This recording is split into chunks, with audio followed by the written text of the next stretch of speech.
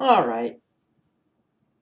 Let me ask you, do you now go to your news sites and look at the daily events, current events that are taking place, and do you sometimes feel like, well, do you just sit there and kind of like look at the headline and go, do I laugh or do I cry? What is the appropriate response to the unbelievably insane, crazy, surreal, evil that we are living? Disease X.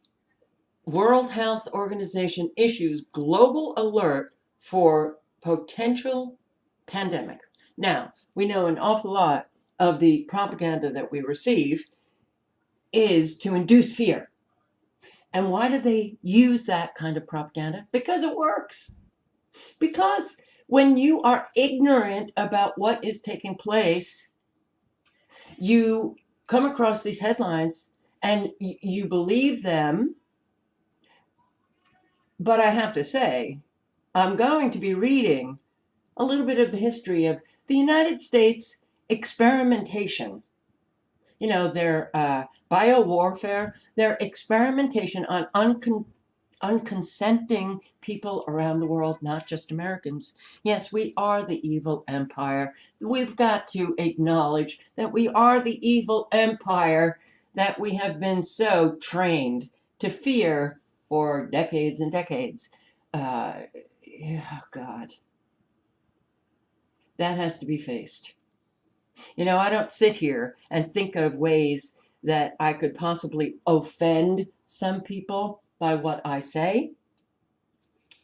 Many get very offended when I say, no, sorry guys, Iran, North Korea, Iraq. They were not the evil empire. We are, and we have been from the start. So, you know, unless people really face the truth of what this country has been about, then the evil will just persist and get worse. Okay, so now we got disease X with the World Health Organization issuing this alert. Now, we all know the World Health Organization, all of these organizations, institutions, they have been created to put out the information that is necessary for the globalists to bring in this new world order. All right. When you have that kind of knowledge, it allows you to read these kinds of articles differently. Now, when you know the evil that has been committed by your own people, your own military, your own government, you also read it with, well, they could be unleashing disease X upon the world to kill off millions of people. So you don't read it as if it's completely fake. You just read it with a different perspective. Like, okay, this may very well happen, or they may just be doing that, hey, everybody, sit on the edge of your seat and be scared. Be scared. Be scared all the time. It's very easy to manipulate people who are fear-based. But let me just, okay, disease X. Here we go. Um, yeah, well, Australia, you guys are having a severe flu sweeping your country this year. You know, Big Pharma is going to be on Disease X. Hey, Disease X, we got to make a vaccine. It's kind of like what they do with the flu, right? So they need at least 7 months to create a vaccine for the flu, but it's known that they're creating a vaccine for this unknowable flu strain.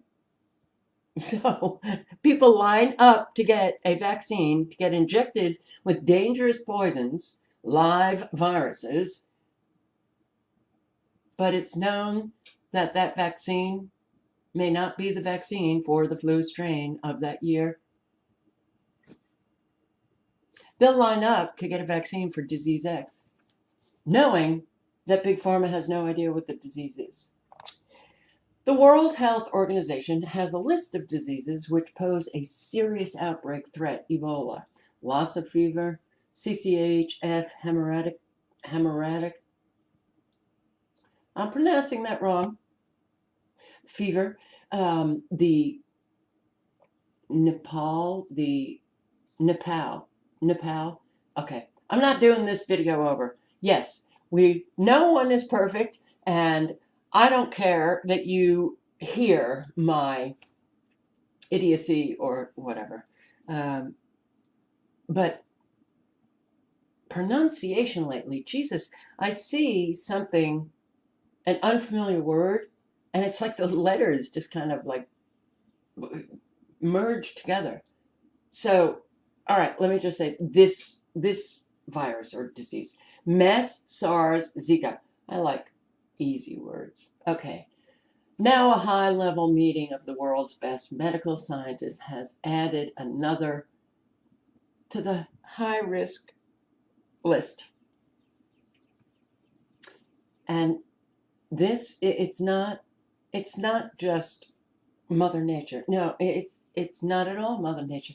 It's not this new organism that we have seen that kind of is created naturally or by deforestation, close contact between humans and animals. No, it's nothing like that at all. It's actually chemical warfare. Chemical warfare. It's on the rise, both on the battlefield and in international espionage. And a series of deadly new diseases have recently been deliberately created through gene editing. And the world's not in a good position to respond to such a surprise. The next big outbreak will be something we have not seen before. That you can bank on with these unbelievably evil, psychopathic nut jobs. And many of them are right here in the US of A. Yes, Fort Detrick, our biowarfare labs, we have created so many deadly viruses, bacteria in our chemical biowarfare labs. And we've unleashed them time and time again. So get it. We have to face the truth of who we are before anything will ever change. And I'll link below to these articles. I just read this, and it was just a couple of weeks ago. Yes, the United States used biowarfare on North Korea. What we did in North Korea, the atrocities that our military, our government has created all over the world is extraordinary. And it's extraordinary how long Americans have refused to acknowledge our truth. Instead, there is rampant narcissism,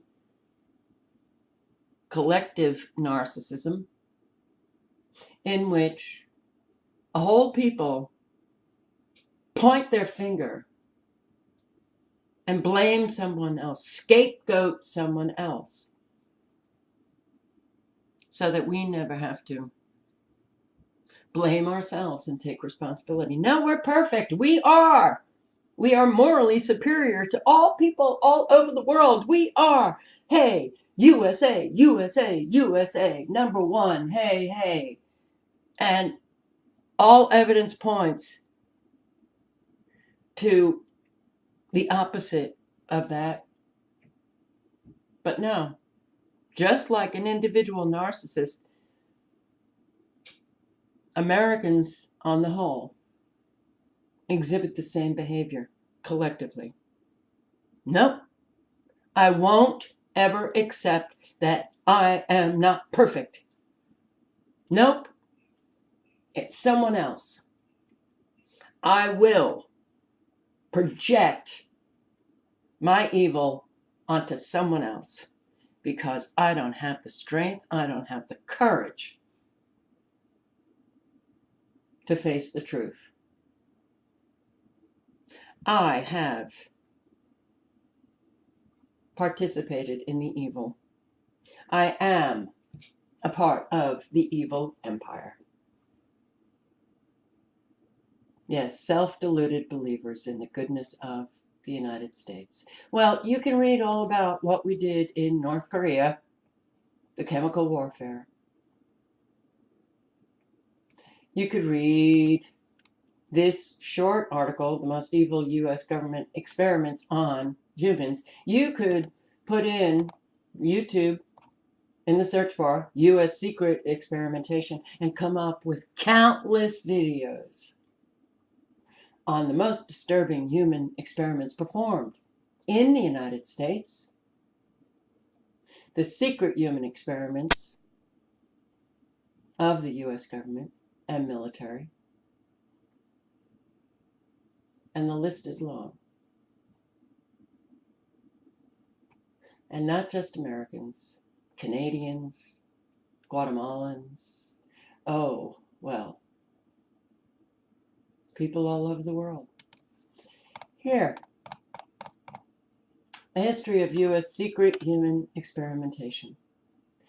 And I'm going to read a lot of this. So if you don't want to listen any longer, just click on the link below and read it yourself. 1931, Dr. Cornelius Rhodes. Wow, the founder of, that Rhodes Scholar thing. So many people look at Rhodes Scholars like Clinton and that Rachel Maddow, and just because they're Rhodes Scholars, they're just wowed by them. Oh, you're so smart. And they don't understand the indoctrination that they go through. And they come out as these New World Order puppets. Knowledge is very important, because without it, you can unwittingly put yourself right on the side with evil, complicit with all of the evil. So, Rhodes, under the auspices of the Rockefeller Institute for Medical Investigations, infects human subjects with cancer cells. He established the U.S. Army biological warfare facilities in Maryland, Utah, and Panama, and is named to the U.S. Atomic Energy Commission. While there, he begins a series of radiation exposure experiments on American soldiers and civilian hospital patients. 1932, the Tuskegee syphilis study. 200 black men diagnosed with syphilis are never told of their illness, are denied treatment, and instead are used as human guinea pigs in order to follow the progression and symptoms of the disease. They all subsequently die. 1935, the pellagra incident. After millions of individuals die from pellagra over a span of 2 decades, the U.S. Public Health Service finally acts to stem the disease. The director of the agency admits it had known for at least 20 years that pellagra is caused by a niacin deficiency, but failed to act since most of the deaths occurred within poverty-stricken black populations. And yes, there have been particular populations, particular segments of our population that have been deliberately attacked for a long time. And the black population, well, that's been number one. And yes, we also have to acknowledge that truth and stop pretending that that didn't occur and is still occurring in many instances, although now we all get to experience it. 1940, 400 prisoners in Chicago are infected with malaria in order to study the effects of new and experimental drugs. 1942, Chemical Warfare Services begins mustard gas experiments on approximately 4,000 servicemen. It has been known that our military men and women, the rank and file, they're guinea pigs. How is it that so many sign up? When your own superiors are conducting experiments on you, injecting you with vaccines, and so many of you become ill. How is it that so many just continue to sign up for this?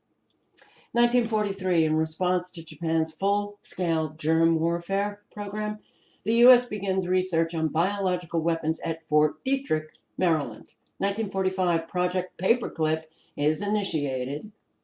The U.S. State Department, Army Intelligence, and the CIA recruit Nazi scientists and offer them immunity and secret identities in exchange for work on top secret government projects in the United States. Yes, we are the Fourth Reich here in the US of A. 1945, Program F is implemented by the U.S. Atomic Energy Commission. This is the most extensive U.S. study on the health effects of fluoride, which was the key chemical component in atomic bomb production. One of the most toxic chemicals known to man, fluoride, it is found, causes marked adverse effects to the central nervous system, but much of the information is squelched in the name of national security because of fear that lawsuits would undermine full-scale production of atomic bombs. So let's just put it in their water. 1946, patients in Virginia, in the VA hospitals, are used as guinea pigs for medical experiments. In order to allay suspicions, the order is given to change the word experiments to investigations or observations when reporting medical studies. 1947, U.S. Atomic Energy Commission began administering intravenous doses of radioactive substances to human subjects. And 99.9% of this experimentation was done without the consent of those who were chosen to participate in these experiments. 1947, CIA begins to study LSD as a potential weapon. Human subjects, both civilian and military, are used with and without their knowledge. 1950, Department of Defense begins plans to detonate nuclear weapons in desert areas and monitor downwind residents for medical problems and mortality rates. Hey, we are morally superior, aren't we? 1950, in an experiment to determine how susceptible an American city would be to a biological attack, the U.S. Navy sprays a cloud of bacteria from ships over San Francisco. Many residents become ill with pneumonia-like symptoms. 1951, Department of Defense begins open-air tests using disease-producing bacteria and viruses. Tests last through 1969. And there is concern that people in the surrounding area have been exposed.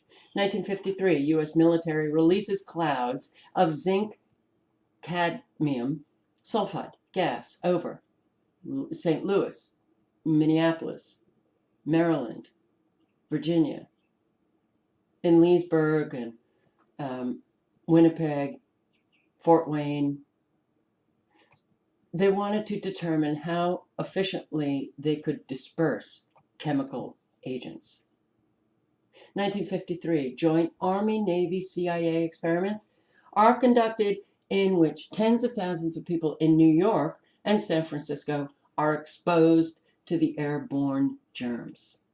1953, CIA initiates Project MK Ultra, which is 11-year research designed to produce and test drugs and biological agents that would be used for mind control and behavior modification. MK Ultra did not cease. They did not stop that program. So many people believe Congress, oh, those hearings, they stopped all of that. No, they didn't. They just called it different names, and they did all of the funding manipulation through different agencies. It continued, and all of the results that they got, those results that proved successful for that mind control, that behavior modification, they're now applying those chemical agents, those biological agents,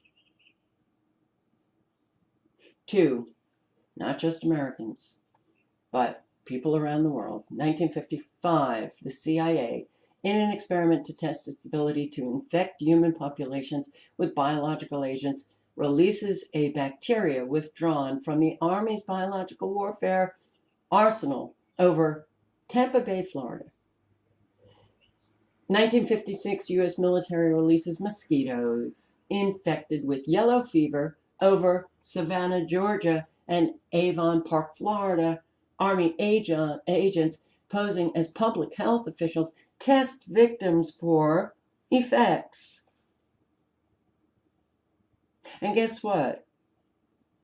Now, with the technology that they have, they can get all the data they want because everything, all of those medical records go to government, and they are writing down the effects that they are that patients are reporting to doctors, how they're feeling, what they're saying, and it's the effects of microwave frequencies, it's the effects of the aerosol spraying. Nothing has changed. When you don't confront evil and stop it in its tracks, when you have a lot of good people sitting around doing nothing, that evil continues and flourishes and begins to, well, pull a very dark cover over life itself. 1965, Project CIA and Department of Defense begin Project MK Surge, a program to develop a capability to manipulate human behavior through the use of mind-altering drugs. 1965, prisoners at the Holmesburg State Prison in Philadelphia are subjected to dioxin, the highly toxic chemical component of Agent Orange, used in Vietnam. The men are later studied for development of cancer. 1966, CIA initiates Project MK Often, a program to test the toxicological effects of certain drugs on humans and animals. 1966, U.S. Army dispenses Bacillus subtilis variant Niger throughout the New York City subway system. All right, well, it's a bacteria. More than 1 million civilians are exposed when Army scientists drop light bulbs filled with the bacteria onto ventilation grates. 1967, CIA and Department of Defense implement MK Naomi, the successor of MK Ultra, and designed to maintain, stockpile, and test biological and chemical weapons. 1968, CIA experiments with the possibility of poisoning drinking water by injecting chemicals into the water supply of the FDA in Washington, D.C. 1969, Department of Defense requests from Congress $10 million to develop, within 5 to 10 years, a synthetic biological agent to which no natural immunity exists. Hey, disease X. Did I say that they don't know what it is? They don't know what the pathogen is. They have no cure for it.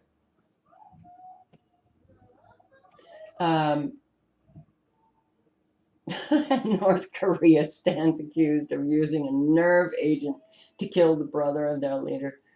Kim Jong-un.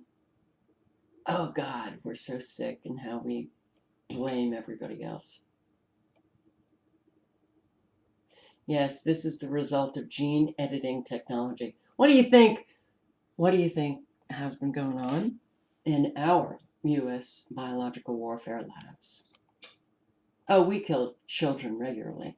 Regularly. Every day. Ah, to hell with it. Who cares? And didn't you hear that woman that was the Secretary of State under Clinton? What the hell was her name? Oh, God, I can see her face. Wow. Can't remember her name. Okay. Memory failing. Oop. Chemical warfare has been unleashed on the United States for so long. The effects are already, well, this this environment that has become so toxic has taken such a toll. So many are losing their short-term memory. Madeleine Albright, thank you. Whew, that was hard. That was a dig deep. I'm exhausted now. Yeah, yeah. 500,000 Iraqi children. It was worth to. It was worth it.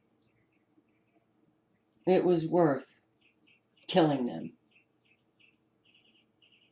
because hey, we have interests. And our interests come first, just like the good old individual narcissist. Me, me, me, me, me, and I don't care who I kill off. Chemical weapons that we accused Assad of using in Syria. It's a joke. Americans, the ordinary American, on the whole, I don't mean everybody. Clearly, I'm not talking about you. You guys know. You guys have put in, the time, the effort, the energy to do the research to find out what's happening in the world. But most Americans still refuse. They still adamantly declare their right to remain willfully ignorant. But no, we're good, we're good. So they lie through their teeth. They outright lie about who they are, who our government is, who this country is. And they allow the evil to continue. They allow children to end up just like this child in this picture.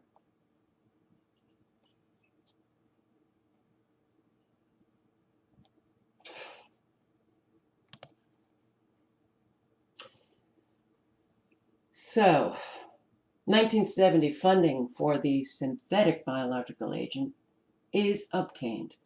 The project, under the supervision of the CIA, is carried out by the Special Operations Division at Fort Detrick, the Army's top secret biological weapons facility. Speculation is raised that molecular biology techniques are used to produce AIDS-like retroviruses. Yes, AIDS was biowarfare. So is Lyme disease.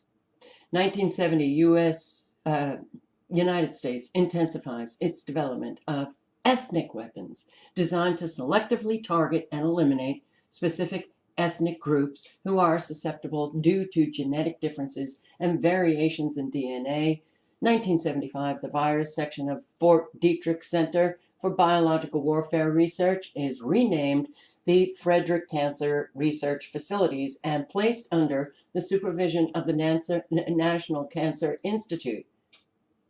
It is here that a special virus cancer program is initiated by the U.S. Navy, purportedly to develop cancer-causing viruses. It is also here that retrovirologists isolate a virus to which no immunity exists. It is later named HTLV, human T-cell leukemia virus. 1978, experimental hepatitis B vaccine trials conducted by the CDC began in New York, Los Angeles, San Francisco. Ads for research subjects specifically asked for promiscuous homosexual men. 1981, first cases of AIDS are confirmed in homosexual men. New York, Los Angeles, San Francisco. Triggering speculation that AIDS may have been introduced via the hepatitis B vaccine. And isn't it interesting that they inject infants, newborns. Hey, welcome to the world. Let me give you a shot, a vaccine of hepatitis B. Welcome to the world. A world that is so evil. Your first moment here, hepatitis B. That's what they're doing to newborns. And they claim that baby boomers, what is it? That we've got to get checked for hepatitis C or B? Because they've injected it. They've injected these viruses into you. They've injected dangerous bacteria into you. And they can actually take from a dormant stage within your body and bring it live through the use of the frequencies, the microwave frequencies. 1986, a report to Congress reveals that the U.S. government's current generation of biological agents includes modified viruses, naturally occurring toxins, and agents that are altered through genetic engineering.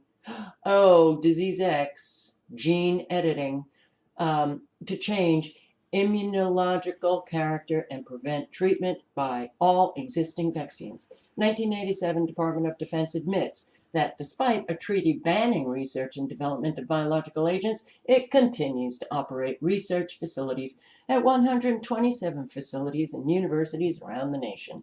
1990, more than 1,500 6-month-old Black and Hispanic babies in Los Angeles are given an experimental measles vaccine that had never been licensed for use in the United States. CDC later admits that parents were never informed that the vaccine being injected to their children was experimental. And parents still line up to have their kids injected. 1994, the Anderson Cancer Center in Houston, Texas discovers that many returning Desert Storm veterans are injected with an altered strain of Mycoplasma incognitus, a microbe commonly used in the production of biological weapons. Incorporated into its molecular structure is 40% of the HIV protein code, indicating that it had been man-made. 1994, Senator John D. Rockefeller issues a report revealing that for at least 50 years, the Department of Defense had used hundreds of thousands of military personnel in human experiments and for intentional exposure to dangerous substances. Materials included mustard and nerve gas, ionizing radiation, psychochemicals, hallucinogens, and drugs used during the Gulf War. And so when people hear people like John D. Rockefeller, and he comes out with a report revealing this information, then people put him on the good side. Wow, thank you, Rockefeller. You're so wonderful. You donate to so many NGOs and you donate all over the place. You're so charitable and you're so about the truth. They don't understand that they appoint people to release these reports so that they get that response from an awful lot of people. They get an awful lot of people to trust the Rockefeller Foundation. Trust John D. Rockefeller, not understanding that it's Rockefeller who's funding this biowarfare. The narcissists, the psychopaths, are very good. They really know how to manipulate people. They really know how to twist up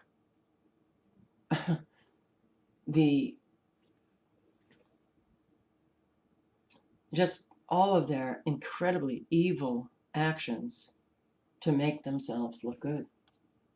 1995, U.S. government admits that it had offered Japanese war criminals and scientists who had performed human medical experiments salaries and immunity from prosecution in exchange for data on biological warfare research. Now, the Japanese really were into their experiments. But anybody who showed any kind of promise of success in creating all of these biological weapons, what did we do? Hey, come over here. We'll give you lots of money. We'll give you immunity. We'll give you a new identity. You can live a sweet life. Just keep doing those experiments so that we can take what you have applied and use it. 1995, Dr. Garth Nicholson uncovers evidence that the biological agents used during the Gulf War had been manufactured in Houston, Texas, and Boca Raton, Florida, and tested on prisoners in the Texas Department of Corrections. 1996, Department of Defense admits that Desert Storm soldiers were exposed to chemical agents. 1997, 88 members of Congress signed a letter demanding an investigation into bioweapons use and Gulf War syndrome. So this was written, oh God, well, the copyright is 1998-2000. It's now 2018. The list of experiments that continued after 1997, no doubt, is as long as this list. We have to face the truth, the whole truth, and nothing but the truth. The truth is very demanding. The truth is quite painful. But the truth is inclusive of all. It's not selective. So those who are on this, believing that they're on this truth path, seeking the truth,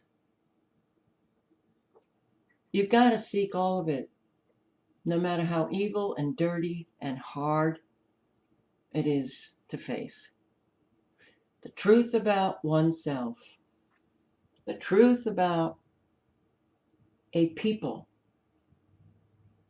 that is the most important truth. Because if you don't get there, then you'll take all the truth that you're learning, but you won't be able to become active in the fight against the evil. You'll just sit back and continue to learn about all of these current events. And somewhere you still have that belief that you're good, and I'm talking about the collective. No, we're not good. We are the ones who are unleashing all of these incredibly deadly, infectious diseases and viruses all over the world. So, how could you possibly fight an evil enemy when you haven't yet acknowledged who that enemy is?